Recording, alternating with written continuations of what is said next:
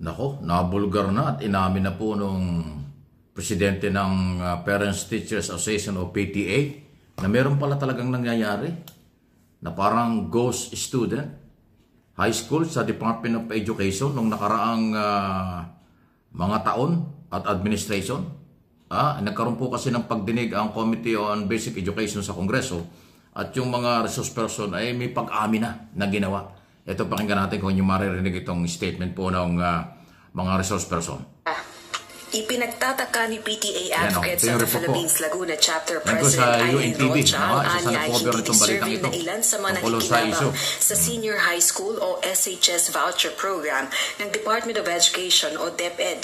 Tumutukoy ang SHS Voucher Program sa tulong na ipinagkakaloob ng DepEd sa mga piling senior high school students upang makapag-aral sa mga pribadong paaralan dahil sa kakulangan ng mga pasilidad at silid-aralan sa mga pampublikong paaralan.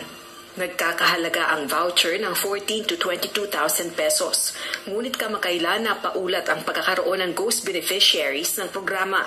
Nagsagawa ng briefing ang DepEd sa House Committee on Basic Education and Culture upang i-update ang Kamara sa isinasagawang investigasyon ng kagawaran kaugnay ng issue.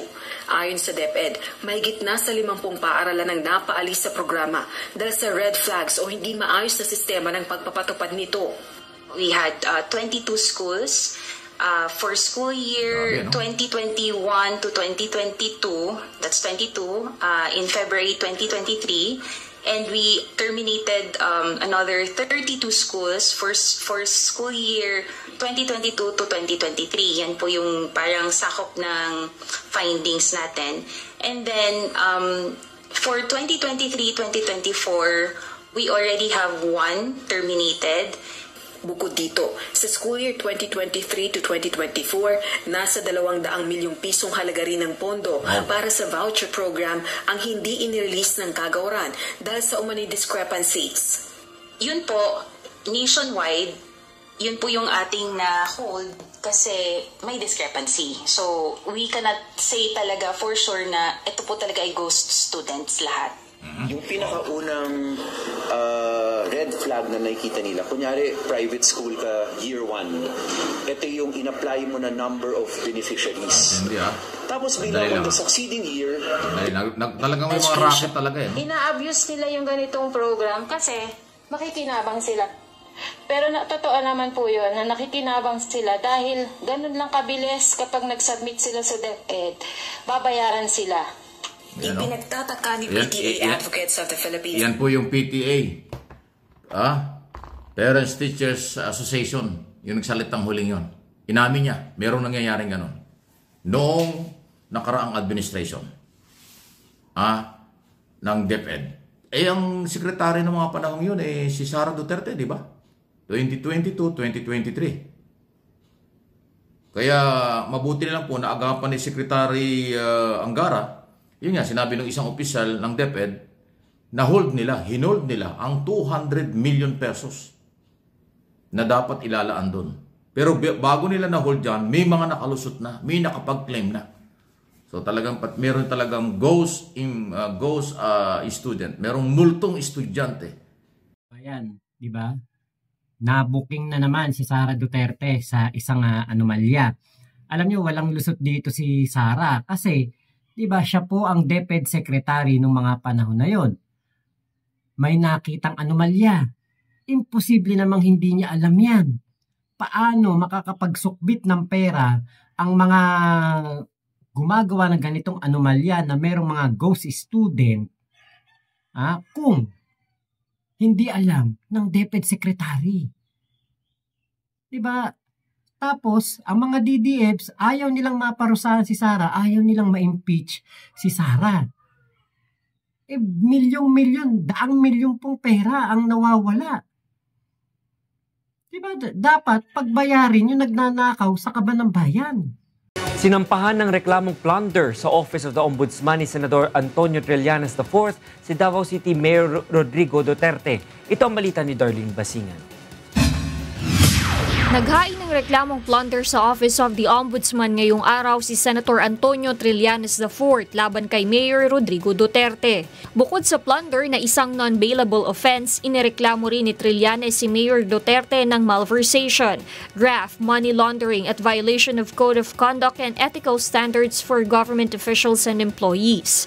Kaugnay ito ng umano'y pagkakaroon ng 11,000 negosyo employees ng alkalde sa Davao City. Ayon sa senador, ginawa niyang batayan sa pagsasampa ng reklamo ang Commission on Audit Report kung saan nakasaad na kumuha si Duterte ng 11,000 empleyado na pawang walang mga job description. Bineripikaan niya ng kampo ni Trillanes kung totoong mga empleyado ito sa pamamagitan ng isang random sampling, ngunit nabunyag na pawang may mga ghost employees sa listahan ng COA. Dagdag pa ni Trillanes, isa ito sa mga umano'y pinagmumula ng tago at hindi maipaliwanag na yaman ng alkalde na nagkakahalaga ng 2.4 billion pesos. Baka po nakakalimutan ng mga DDFs, itong balita na ito from Inquirer.net. City of Zombies. Alam niyo po ba kung bakit? Kasi sa Davao City po ay merong ghost employees. Sa pamamahala ni Digong at pamamahala ni Sara Duterte. Imagine niyo po yun, Davao City merong ghost employees. Pagdating sa DepEd, nang si Sara na ang namumuno, merong ghost students. Sus Mario Joseph, ano ba naman itong mag-ama na to? Diba? Kaya pala gusto nila na ang susunod na presidente ay kaalyado nila. Pinapatakbo nila noon si Bongo, si Bato de la Rosa, pati si Sara Duterte bilang presidente. Kasi baka maungkat ang mga baho nila. Kasama na itong ghost employees ng Davao City at ngayon ay ghost student ng DepEd. Naku po, naloko na. Sabi nga ni Sir Mike Abe. Alam mo yung pag-amin po ng PTA na may mga ganyan sa buwata nakakapag-claim ng pera na hindi naman totoong estudyante nag-aaral ay isang panaybagong anomalya. Naging topic na ho natin ito. Nagkaroon lang ho ng development dito dahil nagpatawag ng hearing si Congressman Congressman Romulo ng Pasig City. Siya yung chairman ng Basic Education sa Congress.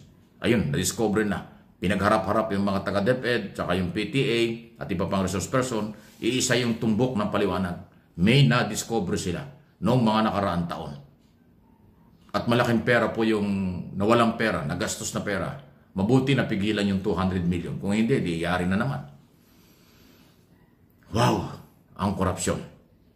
Department of Education, nagkakaroon ng ganyang korupsyon. Di ba dapat ang DepEd ay huwara ng magandang asal ng milyong kabataang Pilipino. Kasi ang DepEd, sila yung magtuturo ng kabutihan, ng magandang kinabukasan ng ating kabataan sa buong bansa. Yung mga nag-aaral sa public school, elementary and high school. Diba? Kaya dapat yan walang bahid na kahit na anong pagkakamali. Dapat magandang asal, walang korupsyon, walang kung ano. Yan nangyari dyan Yung asal ng mga naghawak ng DepEd, ano bang meron? Tapos ito may korupsyon na discover si Secretary Angara. Natural, hindi naman nangyari sa kanya yan. Dahil si Angara imupo lang sa kanya din sa DepEd noong July, kung di ako nakakamali, July or June ng 2024. Ayan pinag-uusapan dito, 2022, 2023 at yung ilang buwan ng 2024. Pagdating ni Angara ng June, doon niya na-discover na merong ganyan. Ghost, multo na estudyanteng nakakapag-claim ng pera. Kung magkaano, hindi natin alam. Ang initial na na-discover dyan, mahigit na 50 million. Pero ngayon, ang sinasabi ng DepEd, higit pa ron ang nawalang pera. Mabutit na pigilan, yung sinasabi nga niya, at sinabi ko kanina, 200 million. Ganon kagarapal. Magagalit na naman po yung mga followers nila, magpaliwanag kayo. Si Sara Duterte ang vice president natin ngayon, at siya yung secretary ng DepEd noong panahon yun. At bago nag-take over ang Marcos administration at si Sara dyan sa DepEd, ang administrasyon under ni Duterte at ng kanyang ama, Digong Duterte, di ba? So kahit anong gawin dyan, Duterte pa rin. Kung nangyari ito, bago dumating ang Marcos administration, Duterte administration yan. Kung nangyari ito during Marcos administration, ngayon, sino ba ang secretary? Si Sara Duterte rin. Hindi ko sinabing involved sila. Sa kanila nangyari yung sitwasyon. Bakit nila pinayagan? Merong multo na estudyante nakakapag-claim ng pera ng bayan. Siyempre magagalit ang mga DDFs kasi mahihina mga kukote niyan. Gusto nila ng accountability and transparency. O ngayon may nabuking na kalokohan under Sara's administration sa DepEd. O ipagtatanggol nila yan kahit mali. At sasabihin nila paninira lamang ito. Yan, PTA president na yung nagsasalita. Napakadali lang palang kumuha ng yung pera. Yung voucher, napakadali lang pala, equivalent sa pera. Madaling kunin sa DepEd. Di ba? Makipagsabuatan lang, itong nangungurakot sa DepEd, sa isang private school, wala na. Madaling kunin yung pera eh. Hindi man lang siguro i-assess, hindi man lang iimbestigahan, hindi man lang titignan kung totoo bang merong mga ganong estudyante na pangalan na naka-enroll doon sa eskwelahan na yun. Ayan, accountability and transparency. Dapat makita to ng ating mga kababayan. Dapat maimbestigahan. Dapat mapagbayad yung mga nangungurakot. Diba, hindi to paninira. Ito ay totoong nangyayari. Simula doon sa Davao, meron ng ghost employees. Hanggang DepEd, merong ghost student. Nako, mga batang nanonood, mga magulang nanonood, igabay po ninyo ang inyong mga bata. Sana hindi ho masira ang moral, bumagsak ang moral at masira ang concentration ng pag-aaral ng milyon-milyon, 26, 27 million na estudyanteng kabataan sa public school. Dapat magandang asal, magandang pag-uugali, walang korupsyon, maging huwaran ang opisyal ng DepEd sa magandang buhay at kinabukasan ng kabataan. Pero naglabasan dito, yung attitude ng dating sekretary kakaiba, yung ugali iba. Paghawak ng pera at saka itong na-discovering kalokohang ito, hindi rin maganda yung natidinig at napapanood ng ating kabataan. Pero hindi naman pwedeng iwasan para huwag ibalita kasi ito ay pera ng mamamayang Pilipino. Pera nyo ito. Mga nanonood na kikinig at aking mga followers, subscriber, pera natin lahat yan. Kaya may karapatan ng bawat isa sa atin na ito ay madiscover at umaapilang panagutin. Mabuti na kontrol na. Mabuti, pasalamat tayo kay Angara, Secretary Angara. Pag take over niya, na-control niya kaagad ang kalokohan na yan. Para mawala na ang multo na estudyante at paikot na pera ng bayan.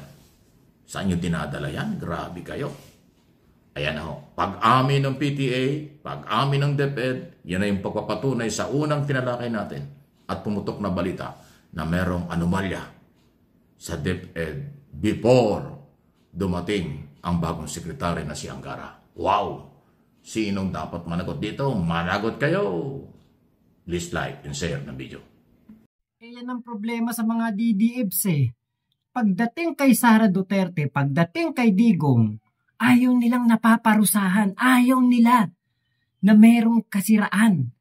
Paano gagawin? Merong mga ebidensya, may mga nagpapatunay na si Sara Duterte at si Digong ay merong anomalya na ginagawa.